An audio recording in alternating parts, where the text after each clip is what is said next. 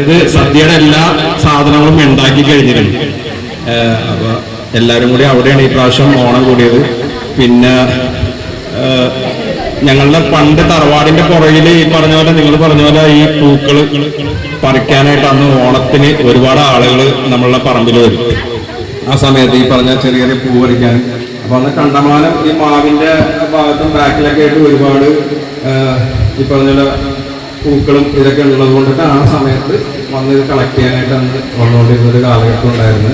പിന്നെ എനിക്ക് ചെറുപ്പകാലത്തുള്ള ഓണം എന്ന് പറയുന്നത് ഞാൻ ആലുവയിലും ഉമ്മാടെ വീട്ടിൽ ഉളിയന്നൂർ എന്ന് പറഞ്ഞ സ്ഥലത്താറുണ്ട്.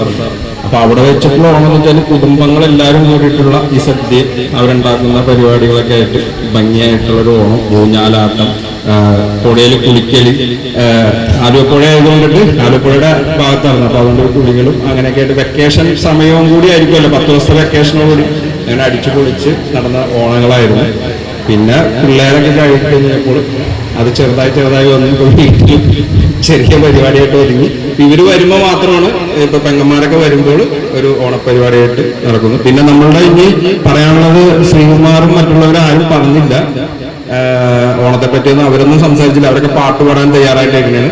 അപ്പൊ നമുക്ക് ഒരു പാട്ടോടുകൂടി പരിപാടി ആരംഭിക്കാം. അതിനുശേഷം നമ്മളുടെ തിരുവാതിര, ഈ ഊഞ്ഞാലാട്ടം, ഞങ്ങളൊക്കെ പണ്ട് വട്ടക്കളി എന്ന് പറഞ്ഞൊരു കളി ഉണ്ടായിരുന്നു. അതൊക്കെ കളിക്കാൻ പോകും. ഊഞ്ഞാലാടുന്നതും വടംവലി, അതിനൊക്കെ ഞാനൊക്കെ മെയിനായിരുന്നു കേട്ടോ. കളിക്കാൻ നന്നായിട്ട് കൂടുമായിരുന്നു കേട്ടോ.